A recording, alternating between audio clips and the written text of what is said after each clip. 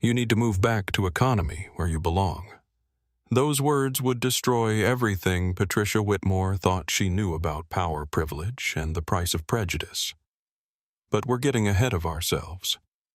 To understand how a single airplane seat became the catalyst for a reckoning that would reshape an entire industry, we need to start where this story really begins, in the marble-clad halls of Greenwich, Connecticut's most exclusive social circles. The alarm in the Whitmore mansion chimed softly at 5:30 a.m., though Patricia had been awake for 20 minutes mentally rehearsing the day's agenda. At 52, she moved through her morning routine with the precision of someone who believed every detail of her presentation mattered, from the platinum blonde highlights that cost more than most people's monthly salary to the way she held her coffee cup with just enough delicacy to remind everyone watching that she had been raised properly, meaning with money. Lots of it. And the unshakable conviction that this made her better than people who hadn't been. Her reflection stared back from the bathroom mirror that had been imported from Italy, showing a woman who had spent decades perfecting the art of looking expensively maintained. Every wrinkle had been erased through procedures that cost thousands. Every strand of hair had been positioned to catch light in the most flattering way, and every piece of clothing had been selected to announce her status before she even opened her mouth. Patricia Whitmore didn't just wear designer labels, she embodied them, becoming a walking advertisement for the kind of lifestyle that required stepping on other people to maintain. The morning newspaper lay folded beside her breakfast, but Patricia rarely read beyond the society pages where her name appeared regularly in connection with charity events that she attended, more for the networking opportunities than any genuine desire to help people. Today's agenda included a final fitting for the dress she would wear to the Royal Ascot, followed by lunch with the Greenwich Garden Gala Committee, where she would finalize arrangements for an event that existed primarily to remind everyone of her social standing. Robert emerged from his study looking haggard, the weight of secrets that Patricia couldn't see etching deeper lines around his eyes with each passing day. At 55, he had built his reputation as a corporate lawyer who could make problems disappear for the right price, but lately the problems had been getting bigger while the prices had been getting harder to justify. His offshore accounts, carefully hidden for years, had become a source of growing anxiety as federal regulations tightened and audits became more sophisticated. "The car will be here in 30 minutes, Patricia announced, not looking up from her phone where she was scrolling through Instagram, checking the engagement on her latest post about their anniversary trip to London. She had crafted the caption carefully, emphasizing their decades of marriage and their commitment to celebrating life's special moments, though anyone who knew them well understood that their relationship had become more business partnership than romance years ago. Patricia's treatment of their household staff revealed everything about her character that her carefully curated social media presence tried to hide. She spoke to Maria, their housekeeper, with the kind of casual cruelty that came naturally to people who had never questioned their right to treat others as servants. When Maria asked about vacation time to visit her family in El Salvador, Patricia's response was swift and cutting, a reminder that jobs like hers were easy to fill, and that gratitude should be expressed through silence and subservience. The drive to JFK International Airport showcased Patricia's worldview in miniature as she criticized other drivers for their lack of consideration, while simultaneously demanding that their driver speed through traffic to ensure they arrived exactly when she wanted. Her platinum medallion status with the airline was more than just a travel perk. It was a symbol of her place in the world's hierarchy, a tangible reminder that some people deserved better treatment because they could afford to pay for it. As they approached the airport, Patricia reviewed her mental checklist for the day, which included making sure the flight attendants understood her dietary restrictions, ensuring that her carry-on bag was stowed in the premium overhead compartments, and settling into her preferred seat with the window view that she considered her right rather than a privilege. She had no way of knowing that within hours her entire understanding of rights and privileges would be challenged by a woman whose quiet dignity would expose every ugly assumption Patricia had spent her life making. The first-class cabin of Flight 847 hummed with the quiet efficiency that Patricia Whitmore had come to expect from her premium travel experience, where every surface gleamed with careful attention and every passenger was treated like royalty, or at least like someone whose money had purchased the right to be treated that way. The burgundy leather seats were positioned with mathematical precision to provide maximum comfort and privacy, while the soft lighting created an atmosphere of exclusive tranquility that justified the thousands of dollars that first-class tickets demanded. Patricia moved through the boarding process with the confidence of someone who had never been questioned about her right to be anywhere, flashing her platinum medallion card like a badge of superiority and expecting the gate agents to recognize not just her status with the airline, but her place in the broader social hierarchy that she believed governed all human interactions. Her Louis Vuitton carry-on bag was heavier than airline regulations technically allowed, but Patricia had learned that rules were suggestions when you had the right connections and the willingness to make scenes that cost companies more than simply looking the other way. Seat 1. A was occupied by Dr. Amelia Washington. Though Patricia saw only a black woman in an impeccably tailored cream-colored suit, who appeared to be reading documents that looked far too official for someone who Patricia assumed had probably upgraded using points or employee benefits.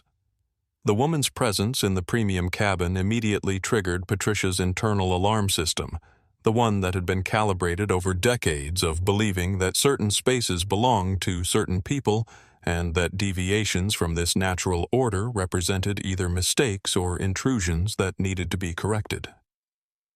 Dr. Washington's posture spoke of quiet confidence and professional authority qualities that Patricia recognized but interpreted through the lens of her own prejudices as inappropriate presumption or calculated performance, designed to make other passengers uncomfortable.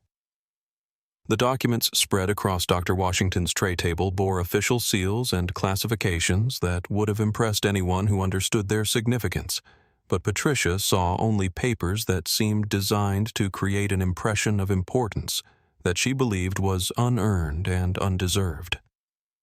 "Excuse me." Patricia began, her voice carrying the particular tone that she had perfected over years of getting her way through a combination of politeness and barely concealed threat. "I believe there's been some confusion about seating arrangements, and I'm hoping we can resolve this quickly and quietly so that everyone can enjoy their flight without unnecessary drama or complications." The smile that accompanied Patricia's words was the kind that had served her well in country club disputes and charity committee meetings, sweet enough to provide plausible deniability while sharp enough to cut through any resistance she might encounter. She had learned early in life that people responded better to suggestions wrapped in courtesy than demands delivered with obvious hostility, though the underlying message remained the same regardless of how it was packaged.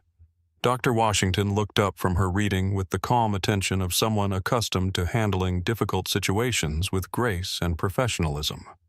Her dark eyes assessing Patricia, not with hostility, but with the kind of careful observation that comes from years of recognizing patterns in human behavior. She folded her documents carefully, giving Patricia the courtesy of her full attention, while maintaining the composed demeanor that had served her well in courtrooms where far more was at stake than airplane seating arrangements. "Good morning, Dr. Washington," replied her voice, carrying the kind of educated precision that suggested extensive training in communication and conflict resolution. "I'm not aware of any confusion regarding my seat assignment, but I'm certainly willing to listen if you believe there's been some kind of error that needs to be addressed." Patricia's frustration began to build as she realized that the subtle pressure she had expected to resolve the situation immediately wasn't working the way it usually did when she encountered people who understood their place in the social hierarchy. The woman's polite attention felt like resistance, and her obvious intelligence seemed like a challenge to Patricia's assumption that this situation could be handled quickly and quietly without attracting the attention of other passengers who might interfere with her plans. "Well, the thing is," Patricia continued, her voice beginning to carry the edge that appeared whenever her initial approach failed to produce immediate compliance, "my husband and I are celebrating our anniversary, and I specifically requested seats together so that we could enjoy this special trip as a couple. But it seems like there's been some kind of mix-up with the reservations that's created this unfortunate situation." The lie came easily because Patricia had been practicing variations of it for years, using fabricated medical conditions, imaginary anniversaries, and fictional emergencies to justify her demands for preferential treatment. She had discovered that people were more likely to accommodate requests when they believed genuine hardship was involved, and she had become expert at manufacturing sympathy for problems that existed only in her imagination. Dr. Washington's expression remained professionally neutral as she absorbed Patricia's explanation, though a careful observer might have noticed the slight pause that indicated she was choosing her words with particular care.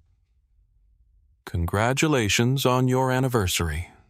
she said, her tone warm enough to seem genuine, while maintaining the boundaries that her experience had taught her were necessary when dealing with people whose requests might not be as innocent as they appeared. The atmosphere in the first-class cabin began to shift as other passengers became aware that something unusual was happening in row 1, where the conversation between Patricia and Dr. Washington had moved beyond the polite preliminaries that usually characterized interactions between strangers and into territory that made everyone within earshot uncomfortable. Patricia's voice had begun to carry the sharp edge that she usually reserved for household staff and customer service representatives who failed to understand the urgency of her needs, while Dr. Washington maintained the calm professionalism that had served her well in far more challenging situations than dealing with an entitled passenger who couldn't accept that her demands weren't going to be automatically fulfilled. "I'm afraid I don't understand what you're asking me to do." Dr. Washington said her words, chosen with the precision that came from years of navigating conversations where every syllable could have significant consequences. "My seat assignment is correct according to my boarding pass, and I have important work to complete during this flight that requires the privacy and space that this particular seat provides." Patricia's face flushed with the kind of anger that erupted when people who were supposed to defer to her authority instead chose to assert their own rights, creating situations that challenged her fundamental understanding of how the world was supposed to work. She had learned to expect compliance from people she encountered in service positions, and when that compliance wasn't immediately forthcoming, her first instinct was to escalate the pressure until resistance became too uncomfortable to maintain. "Look," Patricia said, her voice dropping to the kind of whisper that was actually louder than normal speaking volume, and designed to ensure that everyone nearby could hear her words, while maintaining the pretense of discretion. "I don't think you understand how serious this is for me, and I'm trying to be reasonable about finding a solution that works for everyone, but you're making this much more difficult than it needs to be." The arrival of Kevin Martinez, the senior flight attendant, provided Patricia with the opportunity she had been waiting for to involve someone with authority who could resolve this situation in her favor without requiring her to continue negotiating with someone who clearly didn't understand the rules of social hierarchy that should have governed their interaction. Kevin had worked in premium cabin service for 8 years, long enough to recognize the signs of escalating passenger conflicts, and experienced enough to know that his next words would determine whether this situation could be resolved quietly or would explode into something that could affect the entire flight. "Is everything all right here?" Kevin asked, his trained smile masking the anxiety he felt whenever passengers began having disputes that could attract the attention of social media and airline management.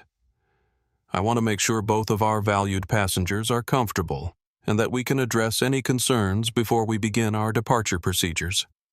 Patricia immediately seized the opportunity to present her case to someone she assumed would naturally side with a Platinum Medallion member over someone she believed had probably upgraded using points or employee benefits. There seems to be some confusion about seating arrangements. She explained, her voice taking on the reasonable tone that she used when she wanted to appear fair and accommodating, while actually demanding that other people sacrifice their comfort for hers. At that moment, the boarding process brought an unexpected addition to the situation when 8-year-old Emma Washington appeared at the front of the cabin escorted by another flight attendant who was helping her navigate the busy aisles with her small rolling suitcase. Emma moved with the careful precision that came from extensive travel experience, but her young age and obvious excitement about the flight created a striking contrast to the tension that had been building between the adults in row 1. Aunt Amelia Emma called out with the unguarded joy that only children could express, her face lighting up as she recognized her aunt sitting in the window seat. "I found you. The nice lady helped me get through the big crowd of people, and I remembered that you said you'd be in the very front seat by the window, so I could find you easily." The arrival of Emma transformed the dynamic of the entire situation, because her presence made it impossible for Patricia to continue treating Dr. Washington as an abstract problem to be solved, rather than a real person with family connections and human relationships. Children had a way of cutting through pretense and revealing the essential humanity in situations where adults had forgotten to see each other as complete human beings, deserving of respect and consideration. Patricia's assumptions about Dr. Washington's presence in first class became even more entrenched as she watched the interaction between aunt and niece, because in her worldview, children traveling in premium cabins represented either indulgent parents spending beyond their means,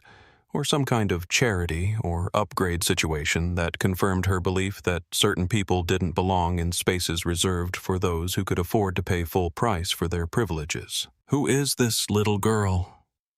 Patricia asked her question, directed toward Kevin, rather than Dr. Washington, as if the presence of a child in first class required explanation and justification rather than simple acceptance.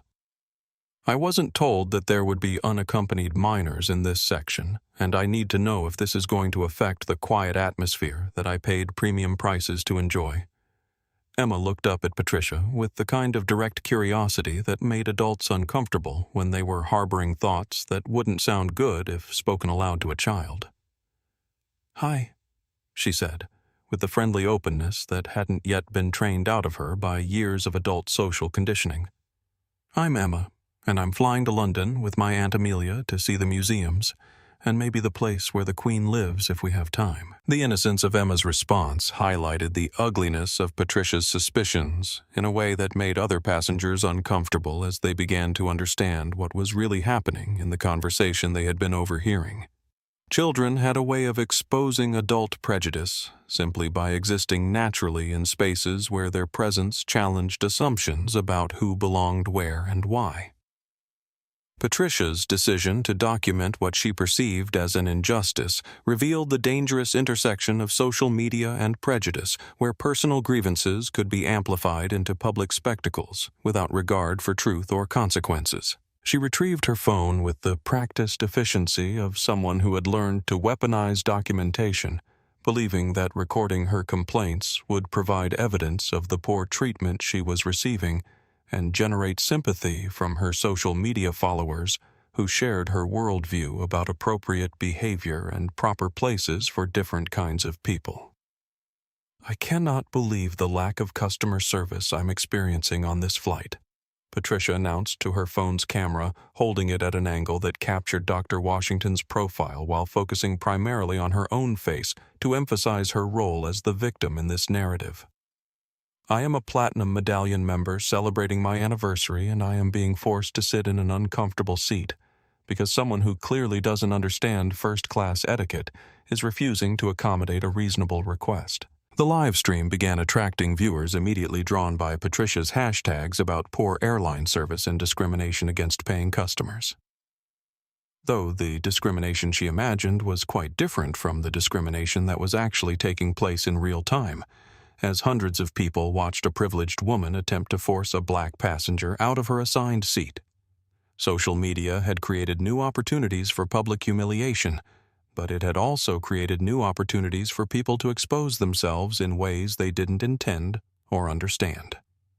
Dr. Washington continued reading her documents with apparent composure, though anyone trained to recognize the signs of controlled tension would have noticed the slight tightening around her eyes and the deliberate precision of her movements as she maintained her professional demeanor, despite being recorded without permission and characterized as disruptive for the crime of occupying her assigned seat while black. Sarah Kim, a flight attendant with 6 years of experience in customer service and conflict resolution, approached the situation with the kind of diplomatic caution that came from training in handling passenger disputes that could escalate into legal and social media nightmares for airlines that depended on public goodwill and positive reviews. She had recognized Dr. Washington immediately upon boarding, though her professional training required her to treat all passengers with equal respect, regardless of their fame or social standing. Mrs. Whitmore Sarah said, her voice carrying the calm authority that came from extensive training in de-escalation techniques. "I understand that you have concerns about your seating arrangement, but I want to assure you that all passengers in this cabin have valid first-class tickets and assigned seats that were confirmed through our reservation system." Patricia's frustration exploded into open hostility as she realized that the flight crew was not automatically siding with her complaints, creating a situation where her expectations of preferential treatment were being challenged by people whose job she believed included ensuring her complete satisfaction, regardless of how unreasonable her demands might be. "This is ridiculous," Patricia exclaimed, her voice carrying clearly throughout the cabin and attracting the attention of passengers who had been trying to mind their own business but found it impossible to ignore the escalating drama in row 1. "I am being discriminated against by your staff and by this passenger who is clearly here on some kind of charity ticket or upgrade that shouldn't entitle her to take seats away from paying customers." The accusation hung in the air like poison gas, revealing the ugly assumptions that had been driving Patricia's behavior from the moment she had seen Dr. Washington in seat 1A and decided that something was wrong with the picture. The other passengers in first class shifted uncomfortably as they realized they were witnessing explicit racism being performed for a social media audience that was growing larger by the minute. Dr. Washington slowly closed her folder of documents and removed her reading glasses. Movements that seemed casual but actually represented a calculated decision to engage more directly with a situation that had moved beyond the point where it could be resolved through polite disengagement. When she looked directly at Patricia for the first time since the confrontation had begun, her eyes carried the weight of someone who had faced similar challenges countless times and developed strategies for responding that protected both her dignity and her safety. "Mrs. Whitmore, Doctor," Washington said, her voice carrying the kind of authority that made everyone in the cabin stop whatever they were doing and pay attention to what was about to happen. "I believe you may want to reconsider your approach to this situation before it becomes something that you cannot control or undo." The warning was delivered with such calm precision that it felt more ominous than if it had been shouted, because it suggested that Dr. Washington understood exactly what was happening and had the knowledge and resources to respond in ways that Patricia couldn't anticipate or prepare for. The balance of power in the cabin had begun to shift, though Patricia was too focused on her own grievances to recognize the danger she was creating for herself. Captain Michael Torres received word of the situation through the cabin crew communication system, and his 20-year career in commercial aviation had taught him to take passenger conflicts seriously, especially when they involved accusations of discrimination that could result in federal investigations and significant legal exposure for the airline. The decision to involve the captain indicated that the situation had escalated beyond normal customer service protocols and into territory that required careful documentation and potential law enforcement involvement. The viral explosion that followed Patricia's live stream revealed the terrifying speed with which modern technology could transform private moments into global spectacles, amplifying personal conflicts until they became cultural events that attracted millions of viewers and generated consequences that extended far beyond the original participants. Within the first hour of Patricia's broadcast going live, the hashtag first class Patricia had begun trending across multiple social media platforms as viewers shared their reactions to what they had witnessed and began investigating the identities of the people involved in the confrontation. The Internet's collective detective work operated with frightening efficiency as anonymous users combined facial recognition technology, public record searches, and social media mining to identify both Patricia Whitmore and Dr. Amelia Washington, creating detailed dossiers that revealed not just their names and professional backgrounds, but their entire life histories, family connections, and patterns of behavior that had previously been private information. The democratization of investigation tools had created new forms of accountability, but it had also created new vulnerabilities for people whose mistakes could be magnified into career-ending scandals within hours of being recorded. Dr. Washington's identity as a federal circuit court judge and prominent civil rights advocate transformed the narrative from a simple customer service dispute into a story about racial profiling and institutional prejudice that resonated with millions of people who had experienced similar treatment in airports, restaurants, and other public spaces where their presence was questioned based solely on their appearance. The revelation that Patricia had demanded that one of the most respected jurists in America move to economy class because she didn't belong in first class created a level of public outrage that surprised even experienced social media observers who thought they had seen every possible variation of viral content. The backlash against Patricia began immediately as users discovered her history of problematic social media posts, her involvement in Greenwich social organizations that had faced previous discrimination complaints, and her pattern of treating service workers with casual cruelty that had been documented in online reviews and employee complaints that suddenly seemed relevant to understanding her character. The Internet had created new forms of justice that operated outside traditional legal structures, and Patricia was about to learn that social media could be both weapon and punishment for people whose behavior violated community standards about basic human decency. Robert Whitmore's phone began buzzing with calls from colleagues, clients, and partners who had seen the viral video and understood immediately that his wife's public meltdown could have serious consequences for his legal practice and the corporate relationships that had taken decades to build. The modern business environment demanded careful attention to public image and social responsibility, and companies that associated with people involved in discrimination scandals often found themselves facing boycotts and protests that could damage their bottom line and reputation.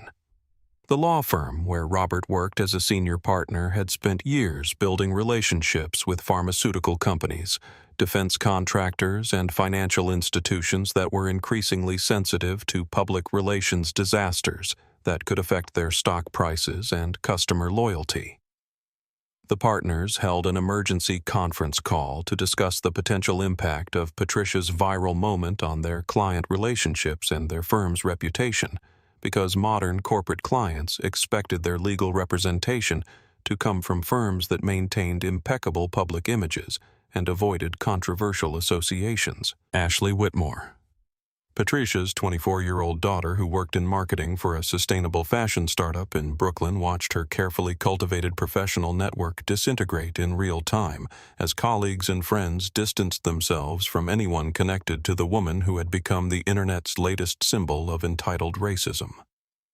Her Instagram account, which had featured lifestyle content about ethical consumption and social justice themes, suddenly seemed hypocritical as followers discovered her family connection to the viral villain who had epitomized everything wrong with privileged white women who believed their comfort was more important than other people's dignity. The Greenwich social establishment that had been Patricia's primary source of identity and validation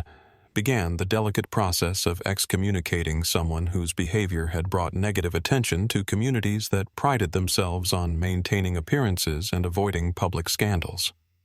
Country club memberships, charity committee positions, and social event invitations evaporated as organizations realized that association with Patricia could damage their own reputations and funding sources, because modern philanthropy required careful attention to the personal conduct of high-profile supporters who could become liabilities overnight. Dr. Washington's measured response to media requests demonstrated the kind of professional grace that had made her a respected figure in legal and civil rights circles, as she declined to provide inflammatory quotes while acknowledging the broader patterns of discrimination that made Patricia's behavior significant, beyond the personal insult it represented. Her statement focused on the importance of treating all people with dignity and respect, regardless of their background, while noting that incidents like this one revealed ongoing challenges in creating truly inclusive environments where everyone could participate fully in public life without having their presence questioned or challenged. The corporate response to Patricia's viral moment illustrated the way modern businesses had learned to distance themselves quickly from public relations disasters that could affect their brand reputation and customer loyalty. As companies that had previously valued Robert's legal services began questioning whether continued association with his family would create more problems than it solved. The pharmaceutical giant that provided 40% of his firm's annual revenue sent a carefully worded email expressing concern about recent events and requesting immediate clarification about the firm's position on diversity and inclusion issues, language that experienced attorneys recognized as the beginning of client relationship termination procedures. Partnership meetings at Whitmore and Associates took on the grim atmosphere of crisis management sessions, as senior lawyers discussed the potential impact of Patricia's behavior on their ability to attract and retain clients who increasingly demanded that their professional service providers demonstrate commitment to social responsibility and ethical conduct. The legal industry had become more competitive and image-conscious over the past decade, and firms that found themselves associated with discrimination scandals often struggled to maintain their market position and reputation among potential clients who had multiple options for representation. Robert's carefully constructed offshore financial structure began attracting federal attention as investigators followed the digital trail that Patricia's viral moment had created, because social media scandals often triggered broader examinations of public figures who found themselves under scrutiny for any behavior that might suggest patterns of problematic conduct. The Internal Revenue Service and Treasury Department had sophisticated algorithms designed to identify financial arrangements that warranted closer examination, and people who attracted negative public attention often discovered that their privacy and financial affairs were no longer protected from government investigation. The audit process revealed layers of financial misconduct that Robert had managed to hide for years through complex international banking arrangements and shell corporations that had allowed him to avoid paying taxes on income that should have been reported to federal authorities. His insider trading activities, conducted through offshore accounts that he believed were invisible to domestic law enforcement, became evidence in a criminal investigation that threatened not just his professional license but his personal freedom and financial security. Ashley Whitmore found herself unemployed within 48 hours of her mother's viral moment as her employer decided that association with the Whitmore family had become incompatible with their company's values and brand identity, particularly given their customer base of socially conscious consumers who expected the companies they supported to maintain ethical standards that extended to employee-family connections. The modern economy had created new forms of collective punishment where individual misconduct could affect entire families and social networks, as people discovered that their relatives' behavior could have consequences for their own career prospects and social standing. The cascade of professional and social consequences demonstrated the interconnected nature of modern reputation management, where individual actions could trigger institutional responses that affected multiple generations and extended family networks in ways that previous eras of limited communication and slower information sharing had never made possible. Patricia's moment of airport entitlement had created a chain reaction that was destroying decades of relationship building and financial planning that had seemed secure just days earlier. Greenwich social organizations that had previously competed for Patricia's involvement and financial contributions began the process of removing her from leadership positions and membership roles because association with viral discrimination scandals could affect their own fundraising capabilities and social standing among wealthy donors who had multiple philanthropic options and preferred to support organizations that maintained pristine public images. The country club where Patricia had spent her weekends for 15 years sent a formal letter requesting her resignation from the membership committee and suspending her facility privileges, pending a review of conduct policies that had been updated specifically to address social media controversies that could reflect poorly on the club's reputation and values. The modern social establishment had developed zero-tolerance policies for behavior that could attract negative media attention regardless of where that behavior occurred, or whether it technically violated any written rules about member conduct.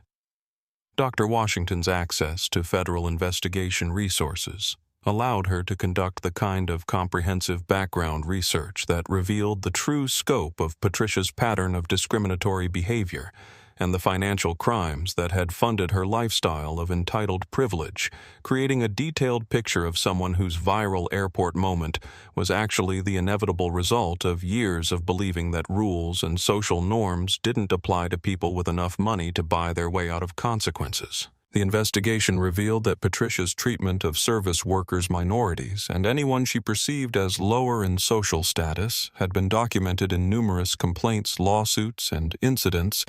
that painted a picture of persistent bigotry enabled by wealth and social position. The Federal Financial Crimes Unit discovered that Robert's offshore banking arrangements were connected to a broader network of tax avoidance schemes and money laundering operations that had been under surveillance for months as part of an ongoing investigation into corporate corruption and international financial crimes. Patricia's viral moment had inadvertently exposed her family to law enforcement attention that might have taken years to develop through traditional investigative methods, because social media scandals often triggered enhanced scrutiny that revealed criminal activity that had been previously hidden. The documentary evidence of Patricia's discrimination included employment tribunal records from former household staff who had filed complaints about verbal abuse, racial slurs, and wrongful termination based on ethnic background and immigration status, creating a legal paper trail that demonstrated her pattern of treating people differently based on their perceived social status and racial identity. The non-disclosure agreements that had been used to silence previous victims became evidence of deliberate attempts to hide discriminatory behavior that violated federal civil rights statutes and employment law. Background checks revealed Patricia's history of using her wealth and social connections to avoid consequences for behavior that would have resulted in serious legal problems for people without her advantages, including multiple incidents of drunk driving that had been dismissed through expensive legal representation and charitable contributions that influenced judicial outcomes. The pattern suggested that Patricia had learned to view legal and social rules as suggestions that could be ignored by people with sufficient resources to manage the consequences.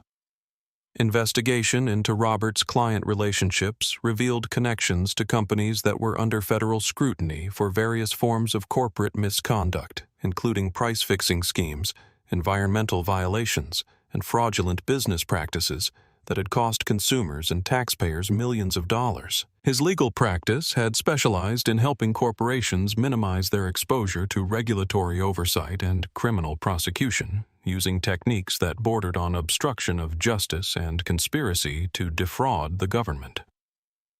The offshore financial accounts contained evidence of insider trading activities that had generated millions in illegal profits through advanced knowledge of corporate mergers, government contract awards, and regulatory decisions that Robert had learned about through his client relationships and professional network.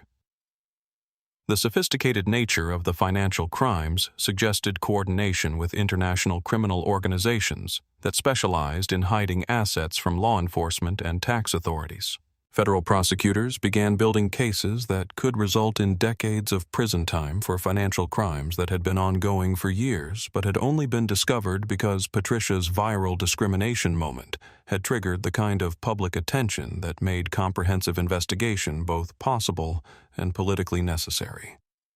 The irony that her moment of racist entitlement had exposed far more serious criminal behavior illustrated the unexpected ways that social media accountability could reveal broader patterns of misconduct that traditional law enforcement had failed to detect. The investigation expanded to include other members of Patricia's social network who had been involved in similar financial arrangements and discriminatory practices, creating a web of accountability that extended far beyond the original airplane incident, but had been made possible by the public attention that her viral moment had generated. The arrival of Flight 847 at London Heathrow Airport marked the beginning of Patricia's transformation from entitled passenger to international criminal suspect as British authorities implemented protocols that had been developed for handling Americans who committed crimes while traveling and faced potential extradition proceedings that could result in prosecution in multiple jurisdictions.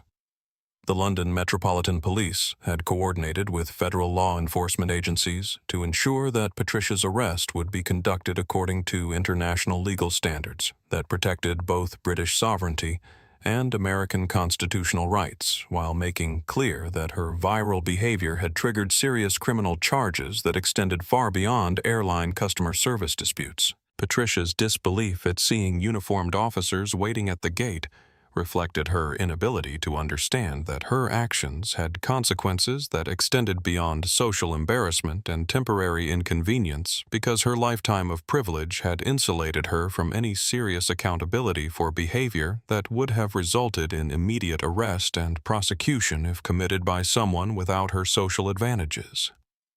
The reality that British authorities were treating her as a criminal suspect rather than an important American citizen who deserved special consideration shattered her fundamental assumptions about how the world was supposed to work for people like her. The charges related to filming classified documents without authorization and violating aviation security protocols that were designed to protect sensitive government information from foreign surveillance and terrorist activities because Dr. Washington's judicial documents contained confidential details about ongoing federal investigations that could compromise national security if they were shared with unauthorized individuals or hostile foreign governments. Patricia's live stream had inadvertently broadcast classified material to thousands of viewers around the world, creating the kind of security breach that federal authorities treated as potential espionage, regardless of the perpetrator's intentions or political affiliations. Robert's decision to abandon his wife at Heathrow Airport demonstrated the collapse of their marriage and his desperate attempt to salvage something from the personal and professional destruction that her viral moment had triggered, as he chose self-preservation over loyalty to someone whose behavior had threatened everything they had built together over 3 decades of married life. His flight back to New York represented not just physical abandonment, but emotional and legal abandonment as he began cooperating with federal investigators in exchange for reduced criminal charges and the possibility of avoiding prison time for his financial crimes. The extradition proceedings required Patricia to remain in British custody while American and British legal authorities negotiated the complex international law issues that arose when viral social media incidents triggered criminal investigations that crossed multiple jurisdictions and involved both domestic and foreign legal systems. The process could take months or years to resolve, depending on the complexity of the charges and the willingness of both governments to cooperate in prosecuting someone whose crimes were primarily financial and reputational rather than violent or threatening to public safety. Patricia's first experience with international criminal justice revealed the vast difference between American detention facilities and British police procedures, as she discovered that her wealth and social status provided no protection from the reality of being treated as a suspected criminal who had violated laws that both countries took seriously, regardless of her personal circumstances or family connections. The comfortable assumptions about legal representation and bail procedures that governed American criminal justice didn't apply in British custody, where different rules and cultural expectations created additional layers of anxiety and uncertainty about her future. The media circus surrounding Patricia's arrest demonstrated the global reach of social media accountability as British tabloids, American television networks, and international news organizations competed to provide the most comprehensive coverage of someone who had become a symbol of entitled American racism that resonated with audiences around the world who had experienced similar treatment from privileged tourists who expected deference and special treatment in foreign countries. Dr. Washington's dignified exit from the aircraft provided a stark contrast to Patricia's humiliation as she was escorted away in handcuffs, because the difference between their respective treatment by authorities illustrated the way that character and reputation could influence how people were perceived and treated, even in situations where legal procedures were supposed to ensure equal treatment regardless of social status or personal background. 6 months after Flight 847 landed at Heathrow, Patricia Whitmore stood in the checkout line of a discount grocery store in Yonkers, counting crumpled bills to pay for items that would have seemed beneath her notice during her previous life of unlimited credit cards and personal shopping services that delivered everything she needed without requiring her to interact with retail workers or consider the cost of basic necessities. The transformation from Greenwich socialite to struggling single woman had been swift and merciless, as every support system that had sustained her privileged lifestyle disappeared once the full scope of her family's criminal behavior became public knowledge, and their assets were seized by federal authorities. The divorce proceedings had been particularly brutal because Robert had testified against her in exchange for a reduced prison sentence, claiming that Patricia had been aware of his financial crimes and had actively participated in spending money that had been obtained through tax evasion and insider trading schemes. His betrayal had been both strategic and personal, as he chose to portray their marriage as a criminal conspiracy rather than a partnership between two people who had made different choices about how to respond when their comfortable life began to unravel under legal scrutiny. Patricia's daily existence had become a grinding struggle with realities that she had never been forced to confront during her decades of married comfort, as she discovered that survival without family money required skills and endurance that her privileged upbringing had never taught her to develop. Her minimum wage job as a dental receptionist provided barely enough income to cover rent on a studio apartment that would have fit inside the walk-in closet of her former Greenwich mansion, and every month brought new challenges related to budgeting transportation and basic survival that highlighted how little she understood about the lives of working people she had previously dismissed as unimportant. The social isolation was perhaps more devastating than the financial hardship, because Patricia had built her entire identity around relationships and activities that required wealth and status to maintain, and without those resources, she discovered that she had no genuine friendships or interests that could survive the collapse of her artificial social world. The Greenwich community that had once competed for her attention now treated her as a cautionary tale and source of embarrassment that needed to be forgotten as quickly as possible to preserve the reputation of organizations and individuals who couldn't afford to be associated with criminal behavior and viral racism. Ashley's estrangement from her mother had been both protective and punitive as she struggled to rebuild her own career and social relationships, while distancing herself from family scandals that continued to generate negative publicity and professional consequences for anyone connected to the Whitmore name. The decision to change her surname and move across the country represented both practical necessity and emotional rejection of a family history that had become too toxic to acknowledge or defend in professional and social situations. Patricia's attempts to maintain some version of her former lifestyle had failed spectacularly as she discovered that luxury services and exclusive venues were no longer available to someone whose credit was destroyed and whose reputation made her unwelcome in establishments that catered to wealthy clientele who expected privacy and discretion from their service providers. The humiliation of being recognized in public places by people who had seen her viral meltdown created a form of social imprisonment that made ordinary activities like grocery shopping or medical appointments into exercises in public shame and anxiety. The prescription medications that had previously managed her anxiety and depression became unaffordable luxuries that her new insurance wouldn't cover and her limited income couldn't support, forcing her to confront mental health challenges without the pharmaceutical assistance that had made her previous lifestyle bearable despite its underlying emptiness and moral bankruptcy. The psychological impact of losing everything simultaneously had created trauma symptoms that she couldn't afford to treat professionally, leading to a downward spiral that affected her ability to maintain employment and housing stability. The criminal restitution requirements meant that any financial recovery would be impossible for decades as the federal government seized any income above basic survival needs to compensate victims of Robert's financial crimes and pay penalties that had been assessed against their family assets. The legal system had created a form of permanent economic punishment that would prevent her from ever returning to anything resembling her former lifestyle, regardless of how successfully she might rebuild her career or personal relationships in the future. The number 47 bus route through the Bronx had become Patricia's primary connection to the outside world, a mobile classroom where she encountered the humanity and dignity of people whose existence she had previously ignored or dismissed as irrelevant to her comfortable life in Greenwich's protected enclaves.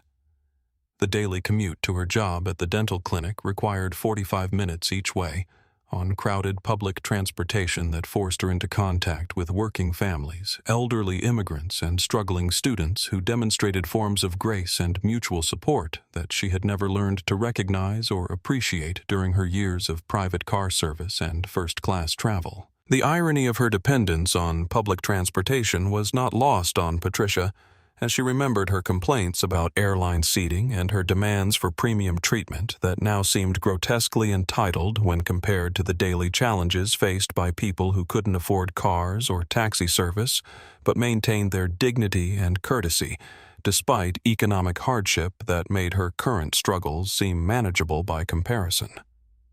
The bus riders who shared space with her demonstrated the kind of basic human decency that she had failed to show toward Dr. Washington and countless other people whose only crime had been existing in spaces where Patricia believed they didn't belong. On this particular November morning, as cold rain streaked the bus windows and Patricia clutched a prepaid phone that she had purchased at a convenience store, because her credit wouldn't support a traditional cellular contract.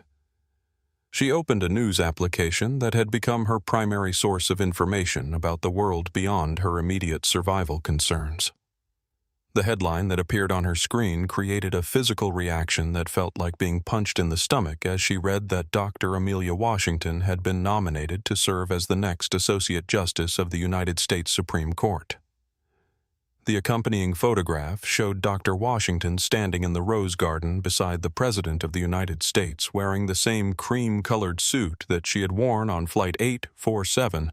but now surrounded by the symbols of American power and justice that represented the pinnacle of legal achievement and social recognition. The image captured everything that Patricia had tried to diminish through her airport tantrum, as Dr. Washington's composed smile and dignified posture illustrated the kind of character and accomplishment that deserved respect, regardless of race or any other characteristic that prejudiced people used to justify their discriminatory behavior.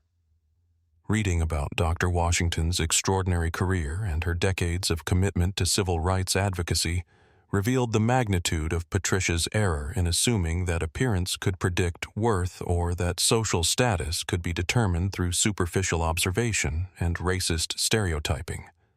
The woman she had tried to move to economy class had prosecuted hate crimes, defended voting rights, and worked to ensure equal treatment under law for people who faced exactly the kind of discrimination that Patricia had performed for her social media audience,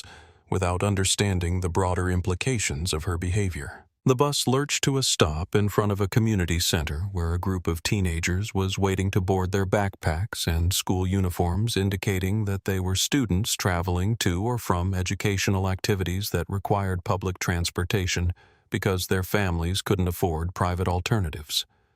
Patricia watched as they filed onto the crowded bus, with the kind of mutual consideration and quiet courtesy that she had never shown toward flight attendants, hotel staff, or restaurant workers who had provided service that she had treated as her right rather than their professional courtesy. A 16-year-old black student with gentle eyes and worn sneakers noticed Patricia struggling to maintain her balance as the bus accelerated, and without being asked or acknowledging their previous interaction, he stood up from his seat and gestured for her to take his place. The simple gesture of kindness from someone who had no obligation to help her and no knowledge of her viral history created an emotional response that Patricia wasn't prepared to handle, as she realized that this stranger was treating her with more consideration than she had shown toward Dr. Washington, despite their vast differences in social status and personal accomplishment. "Thank you," Patricia managed to whisper, though the words felt inadequate to express her gratitude for kindness that she didn't deserve and hadn't earned through her own behavior toward people who looked like this thoughtful teenager. As she settled into the seat that he had given up for her comfort, she understood for the first time that dignity wasn't something that could be purchased or claimed through social position, but something that was demonstrated through how people treated each other regardless of their circumstances or backgrounds. The remainder of the bus ride passed in contemplative silence as Patricia absorbed the contrast between the teenager's spontaneous generosity and her own calculated cruelty toward someone whose only offense had been occupying a seat that Patricia wanted for herself.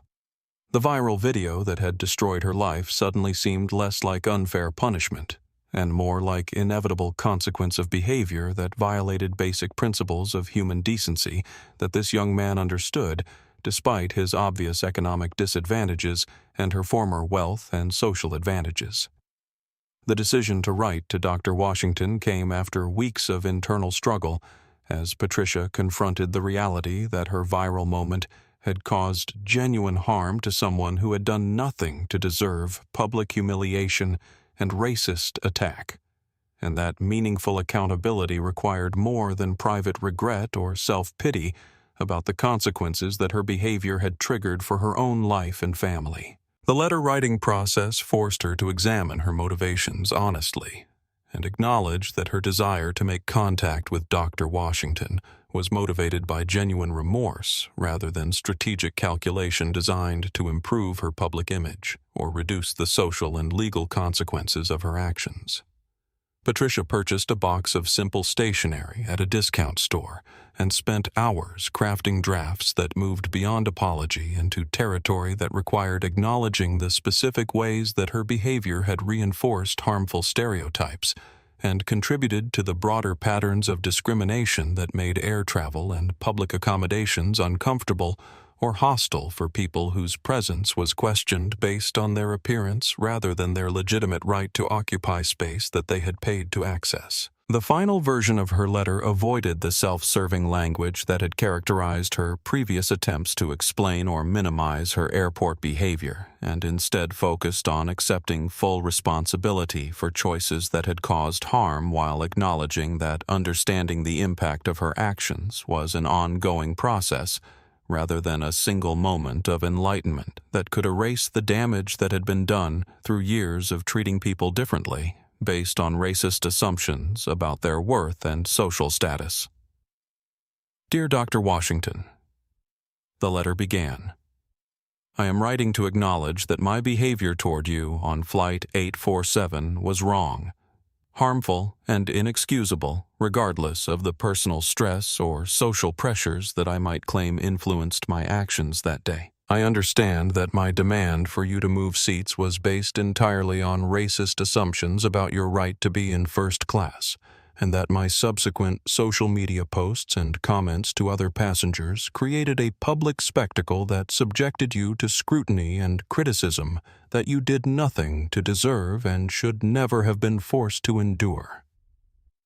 The letter continued with detailed acknowledgement of the specific ways that Patricia's behavior had reflected broader patterns of discrimination that affected not just Dr. Washington personally, but countless other people who faced similar challenges when their presence in professional, educational, or social spaces was questioned by people who believed that racial identity could predict social status, economic circumstances, or personal worth. Patricia wrote about her growing understanding that individual acts of prejudice contributed to larger systems of exclusion and marginalization that made ordinary activities like air travel into exercises in proving worthiness and defending dignity that white passengers never had to consider or experience.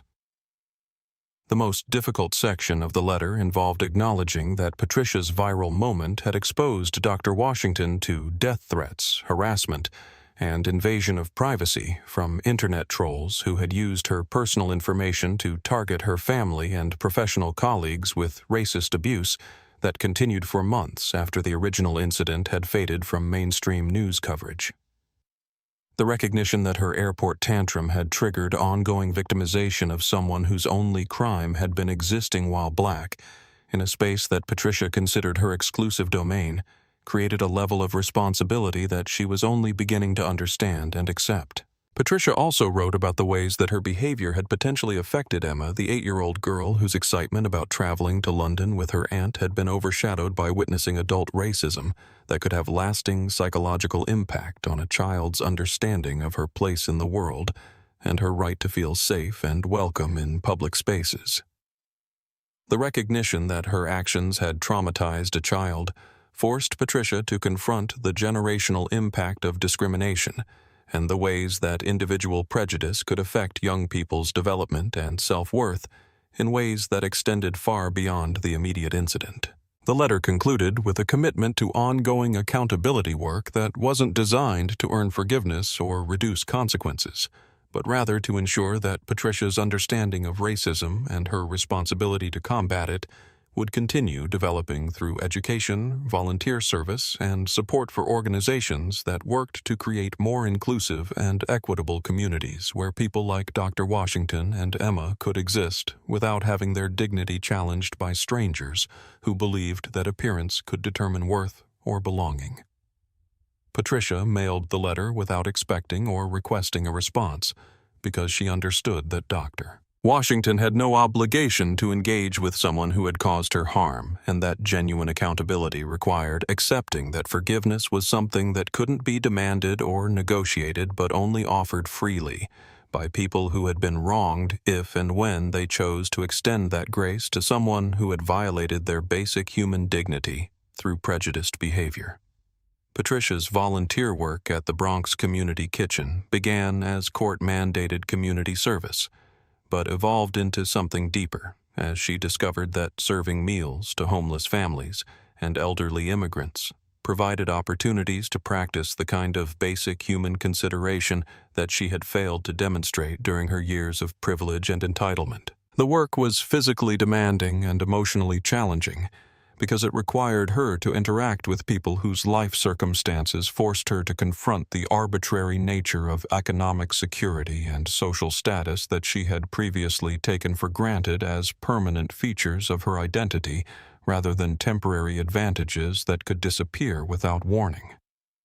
The diversity training programs that Patricia eventually began facilitating represented a form of public penance that required her to share her story of viral racism with corporate audiences who were often skeptical of her transformation and suspicious of her motivations for speaking about discrimination and implicit bias. The hostile reception that she received from human resources professionals and sensitivity training participants provided constant reminders that accountability was an ongoing process rather than a single event, and that earning credibility after public disgrace required consistent demonstration of changed behavior over extended periods of time. The most challenging aspect of her speaking engagements involved responding to questions from audience members who had experienced workplace discrimination and wanted to understand how someone like Patricia could develop genuine awareness of bias and prejudice after spending decades treating people differently based on their race, ethnicity, and perceived social status. These conversations required her to acknowledge the privilege and ignorance that had enabled her discriminatory behavior, while avoiding self-pity or defensiveness that would have undermined the educational value of sharing her experience as a cautionary tale about the consequences of unchecked prejudice.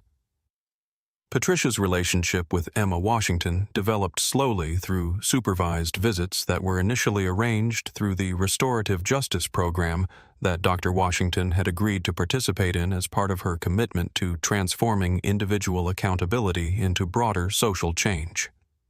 Emma's maturity and wisdom, remarkable for someone so young, challenged Patricia to examine her behavior through the eyes of a child who had witnessed adult racism and needed to understand how people could choose to change their attitudes and actions when confronted with evidence of their harmful impact on others. The conversations with Emma often focused on questions about fairness, kindness, and the ways that adults sometimes made mistakes that hurt other people's feelings and violated principles of equal treatment that children learned in school. But adults sometimes forgot when they were stressed or angry or influenced by prejudiced ideas about people who looked different from themselves. These discussions required Patricia to explain complex concepts about racism and privilege in language that an elementary school student could understand, a process that deepened her own comprehension of how discrimination operated and why it was harmful regardless of the perpetrator's intentions or awareness. Working with employment discrimination victims through a legal aid organization provided Patricia with opportunities to understand the long-term professional and psychological consequences of workplace bias that extended far beyond the immediate incidents that brought people to seek legal assistance. The stories she heard about promotion denials, hostile work environments, and wrongful termination based on racial or ethnic bias illustrated the cumulative impact of individual prejudiced decisions on families and communities that depended on fair treatment in hiring and advancement processes that were often compromised by conscious and unconscious bias. The educational component of Patricia's accountability work involved taking college-level courses in African American history, civil rights law, and social psychology that filled enormous gaps in her understanding of the historical and contemporary context for the discrimination that she had participated in through her individual actions and social attitudes. The academic study helped her recognize that her airport behavior was part of larger patterns of exclusion and marginalization that had deep roots in American society and required intentional intervention and education to address effectively. Patricia's financial contributions to civil rights organizations represented a significant sacrifice given her limited income. But she understood that meaningful accountability required more than verbal apologies and required supporting institutions that worked to combat the kind of discrimination that she had perpetrated through her viral moment and her lifetime of privileged attitudes toward people who didn't share her racial identity and social advantages.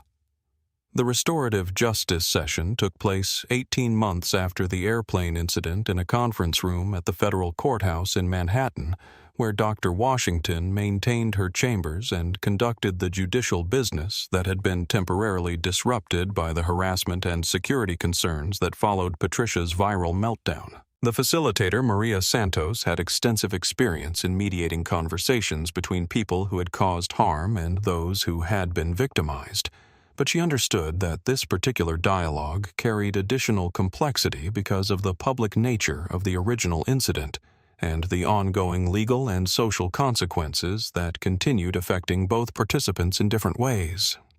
Patricia arrived early and spent time reviewing the accountability letter that she had sent months earlier, along with documentation of her volunteer work, educational activities, and speaking engagements that demonstrated her commitment to understanding racism and working to combat discrimination in ways that extended beyond her personal transformation.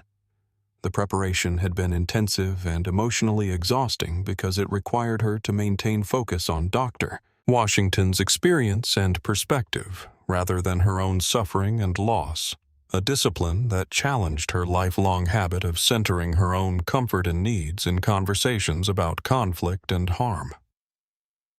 Dr. Washington entered the conference room with the composed dignity that had characterized her response to Patricia's original attack, carrying a folder that contained the hate mail, death threats, and social media harassment that had targeted her and her family for months after the viral video had exposed their identities and personal information to internet trolls who used racism and misogyny to attack successful black women in public positions.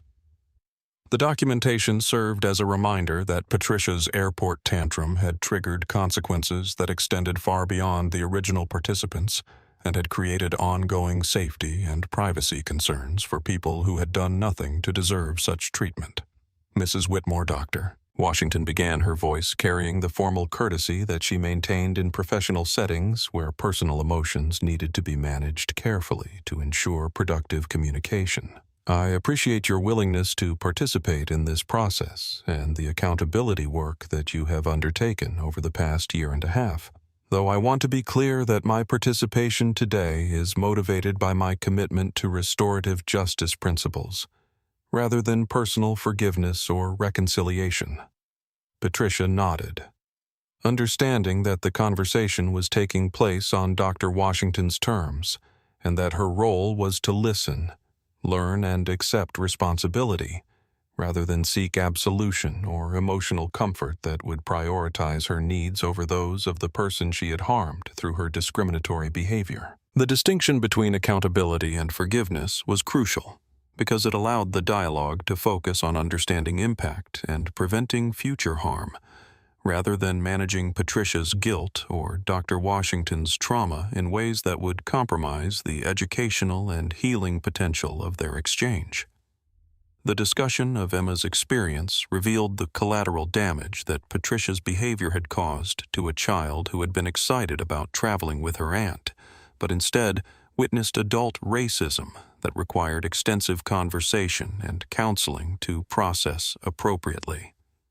Dr. Washington described Emma's questions about why the angry woman had wanted her to move to the back of the airplane, and the challenge of explaining prejudice and discrimination to someone whose young mind was trying to understand why adults would treat each other cruelly based on skin color or perceived differences in social status. Patricia's response focused on accepting responsibility for traumatizing Emma without offering excuses or justifications that would minimize the harm that had been caused to a child who should have been protected from adult prejudice, rather than forced to witness and process racist behavior that violated everything she had been taught about treating people fairly and kindly regardless of their appearance or background.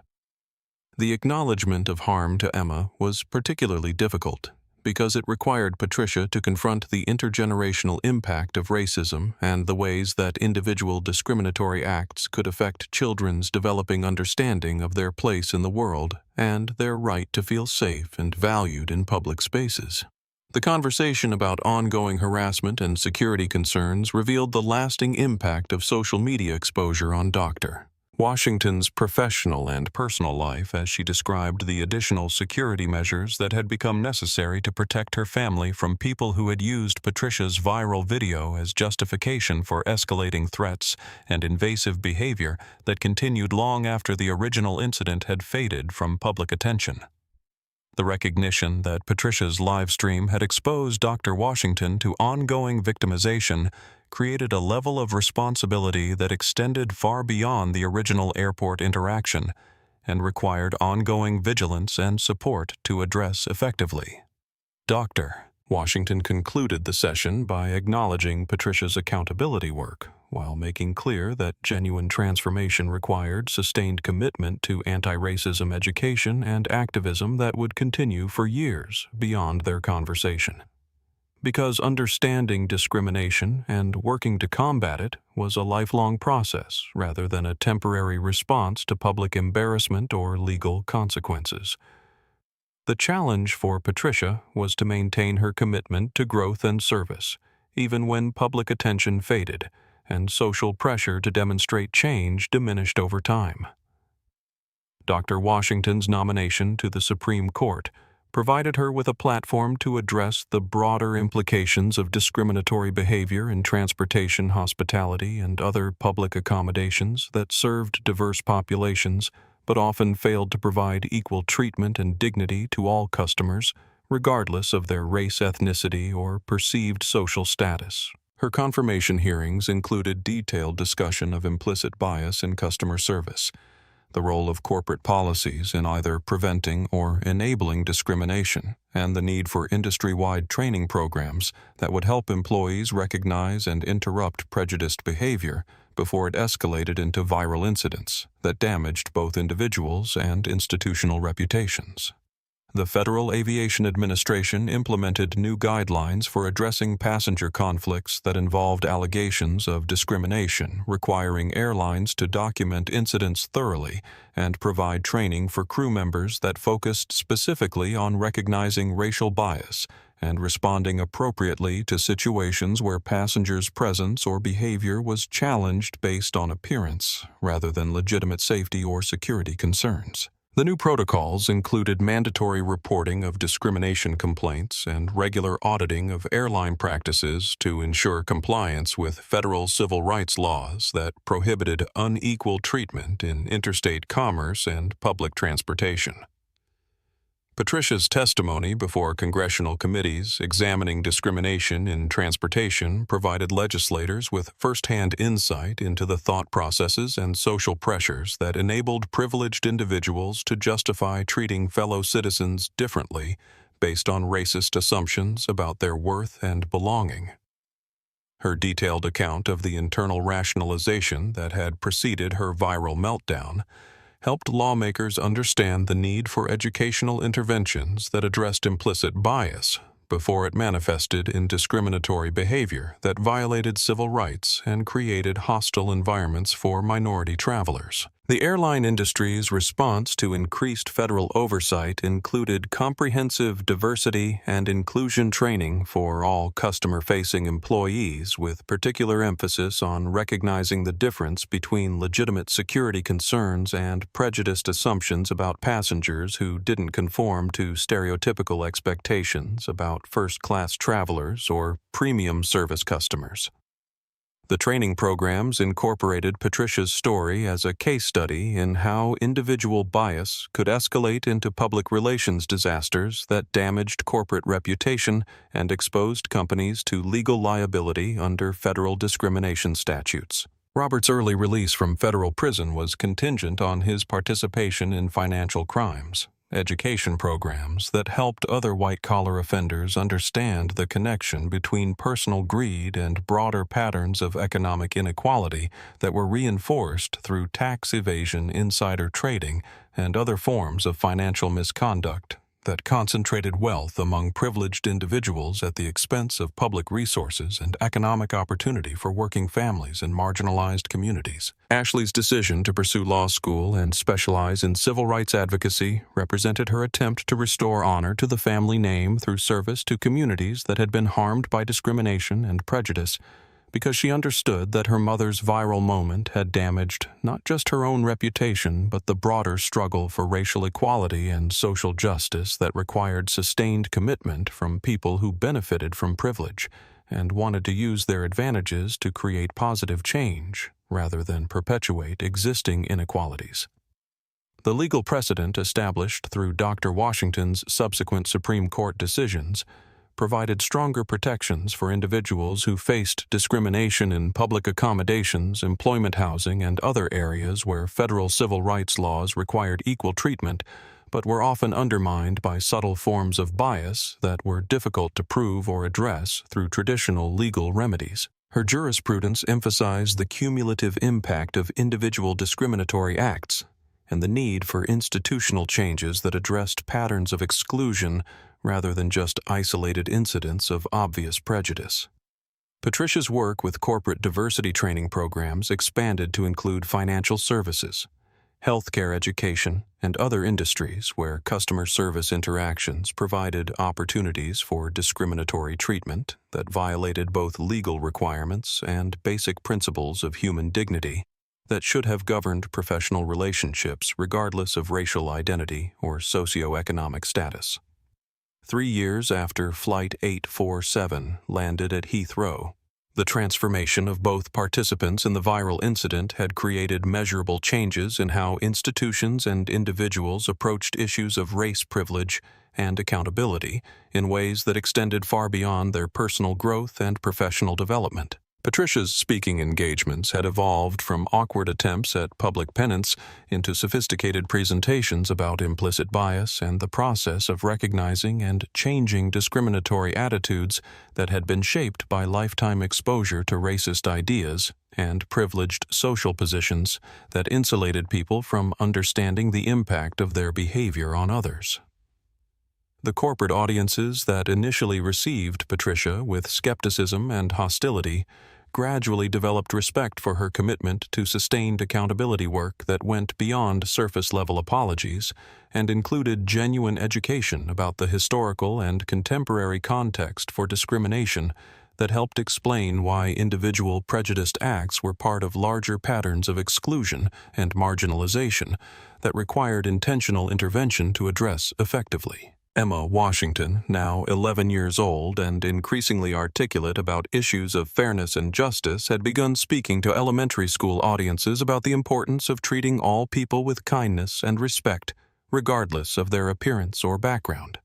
Because her experience witnessing adult racism and subsequent healing through restorative justice had provided her with insights about forgiveness and accountability that impressed educators and child development specialists who recognized her mature understanding of complex social issues. The relationship between Patricia and Emma represented one of the most remarkable outcomes of the restorative justice process, as their supervised interactions had evolved into genuine friendship that challenged both participants to grow in ways that wouldn't have been possible without the structured dialogue that had allowed them to move beyond the trauma of their first encounter and develop mutual understanding based on shared commitment to preventing similar incidents from affecting other children and families.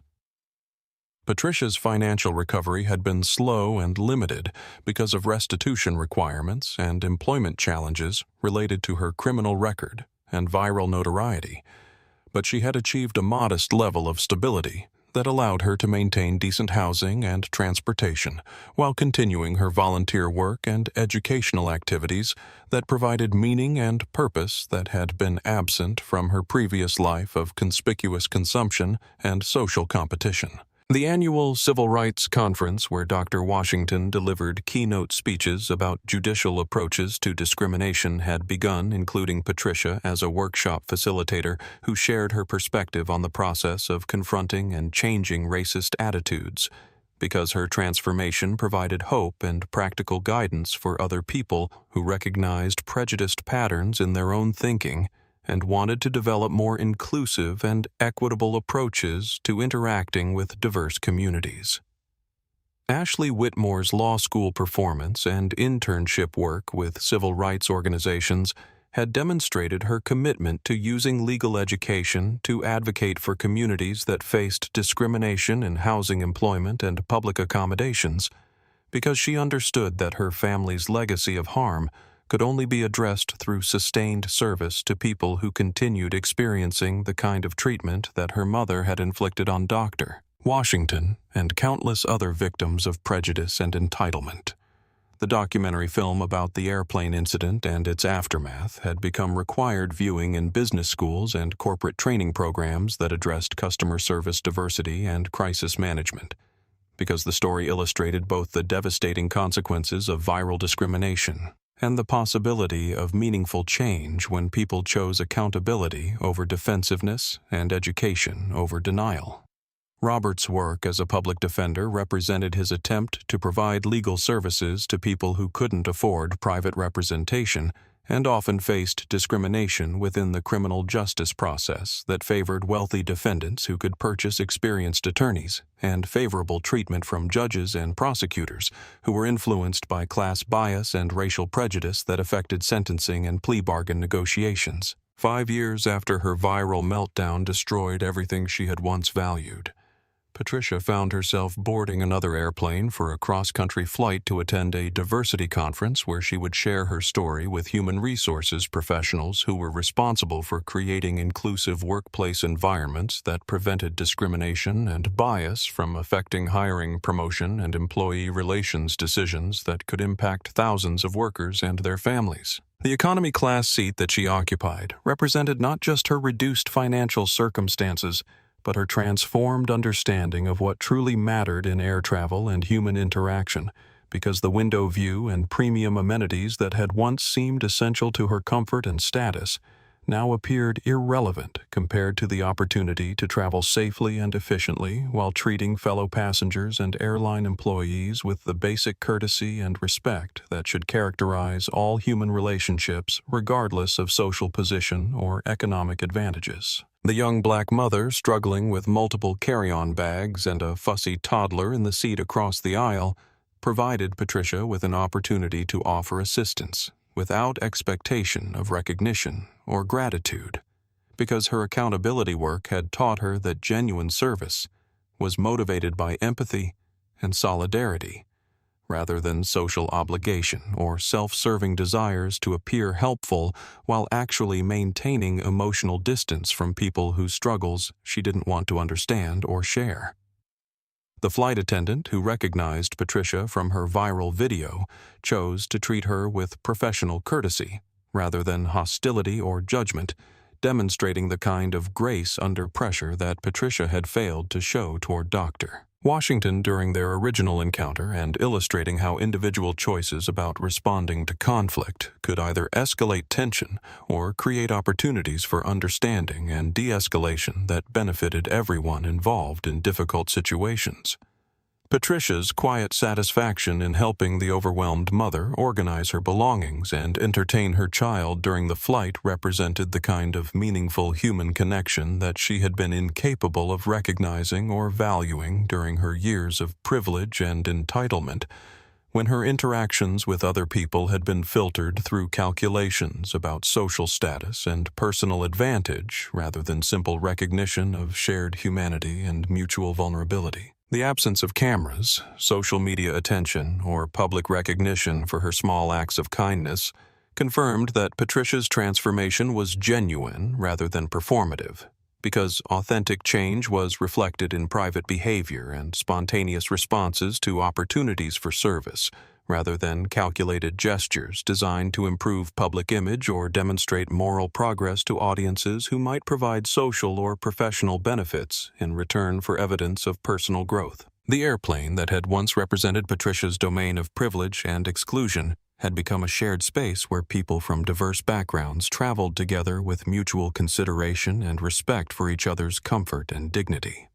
Because her understanding of first-class treatment now focused on how people treated each other, rather than what amenities or services they could purchase to distinguish themselves from fellow human beings who deserved equal consideration, regardless of their economic circumstances. The view from her economy window seat reminded Patricia that perspective was a choice that could be cultivated through practice and reflection, rather than purchased through premium pricing or exclusive access, because the same sky and landscape were visible to all passengers, regardless of where they sat or how much they had paid for the privilege of traveling from one place to another in the company of strangers who shared common destinations and human experiences that connected them despite apparent differences in background or social position. Dr. Washington's tenure on the Supreme Court had begun to reshape federal jurisprudence regarding discrimination in public accommodations, employment, and educational institutions through decisions that recognized both the persistent impact of historical racism and the ongoing need for legal remedies that addressed subtle forms of bias that were often difficult to prove, but caused significant harm to individuals and communities that faced cumulative disadvantages in multiple areas of public life. Her judicial philosophy emphasized the connection between individual incidents of discrimination and broader patterns of institutional behavior that required comprehensive intervention rather than case-by-case remedies that failed to address root causes of unequal treatment in education. housing, health care, and other essential services that affected quality of life and economic opportunity for millions of Americans who faced barriers based on race, ethnicity, gender, and other characteristics that should not have influenced their access to equal treatment under law. Patricia's diversity training programs had expanded into a consulting practice that helped corporations, educational institutions, and nonprofit organizations develop policies and procedures that prevented discriminatory behavior while creating inclusive environments where all employees and customers could participate fully without facing bias or prejudice that compromised their dignity and equal treatment. The business case studies that incorporated Patricia's story demonstrated both the financial risks of discrimination and the economic benefits of inclusive practices that attracted diverse customers and employees who contributed different perspectives and experiences that enhanced innovation and problem-solving capabilities in organizations that valued diversity as a competitive advantage rather than a legal obligation or moral burden. Emma Washington's decision to pursue legal education had been inspired by her observations of both her aunt's judicial career and Patricia's accountability work, because she understood that lasting change required people from different backgrounds and experiences to work together in addressing discrimination and creating institutions that honored the dignity and potential of all people, regardless of their identity or circumstances. The annual scholarship program, established in memory of the airplane incident, provided educational opportunities for students from underrepresented backgrounds who were interested in careers in law, business education, and other fields where diverse leadership could help create more equitable and inclusive organizations that served the needs of increasingly diverse communities and customer bases. Robert's re-entry into legal practice as a public defender had reconnected him with the idealistic motivations that had originally drawn him to law school, but had been compromised by decades of prioritizing financial gain over public service and social justice that required personal sacrifice and commitment to clients who couldn't provide the monetary rewards that had previously motivated his career choices and professional relationships. The documentary about transformation and accountability had become a teaching tool in law schools, business schools, and diversity training programs that needed concrete examples of how individual change was possible when people chose education over denial and service over self-protection, because the story provided hope for institutions and communities that were struggling to address discrimination and bias that seemed intractable without models for successful intervention and personal growth. Ashley's civil rights practice had developed a specialty in social media discrimination cases that helped victims of viral harassment seek legal remedies and institutional changes that prevented online platforms from being used to amplify and perpetuate discriminatory behavior that targeted individuals and communities based on race, ethnicity, religion, and other protected characteristics that should not have made people vulnerable to mass harassment and abuse. The airline industry's adoption of bias training and discrimination reporting protocols had created measurable improvements in customer satisfaction and employee confidence in handling conflicts that involved allegations of unequal treatment, because clear policies and procedures provided staff with tools and support for recognizing and interrupting discriminatory behavior before it escalated into incidents that damaged both individual dignity and corporate reputation. The first-class cabin of a modern airliner represents the pinnacle of commercial aviation luxury, where passengers expect and receive treatment that justifies the premium prices they pay for enhanced comfort, privacy, and service that distinguishes their travel experience from the more basic accommodations available in economy sections. But the true measure of first-class service isn't found in the thread count of the linens or the vintage of the wine being served with dinner. It's reflected in how every passenger is treated with dignity and respect, regardless of their appearance, background, or any other characteristic that prejudiced minds might use to question their right to occupy seats they have legitimately purchased. The story of Patricia Whitmore and Dr. Amelia Washington reminds us that transformation is possible when people choose accountability over defensiveness, education over ignorance, and service over self-protection. because human beings have the capacity to recognize their mistakes, understand the harm they have caused, and commit to lifelong growth that honors the dignity of everyone they encounter. The process of changing deeply embedded attitudes and behaviors requires sustained effort and willingness to accept uncomfortable truths about privilege, prejudice, and the ways that individual actions contribute to larger patterns of discrimination that affect entire communities and generations of families who deserve better than the treatment they have historically received.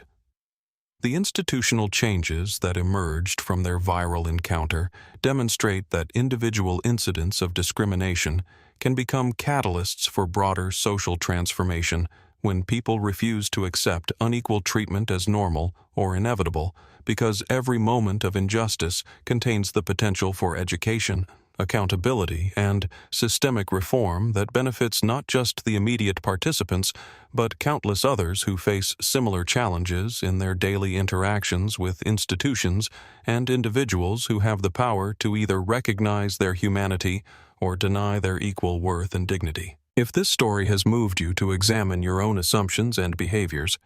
please like this video to help us reach more people with this important message about the power of transformation and the possibility of redemption through accountability and service. Subscribe to our channel for more inspiring stories about ordinary people who choose to do extraordinary things in their commitment to creating a more just and equitable world where everyone can participate fully without having their presence questioned or their dignity challenged by strangers who mistake temporary advantages for permanent superiority. Share this video with friends, family members, and colleagues who might benefit from understanding how individual choices about treating others can either perpetuate discrimination or contribute to healing that extends far beyond the original participants to benefit entire communities and future generations, who deserve to inherit a world where basic human respect is not negotiable or conditional on meeting other people's expectations about appropriate appearance or behavior. Remember that every interaction is an opportunity to choose dignity over prejudice, understanding over judgment, and transformation over stagnation, because the character of our communities and institutions is determined not by the mistakes that people make, but by how they respond when confronted with evidence of harm they have caused and opportunities to grow beyond the limitations of their previous understanding and experience.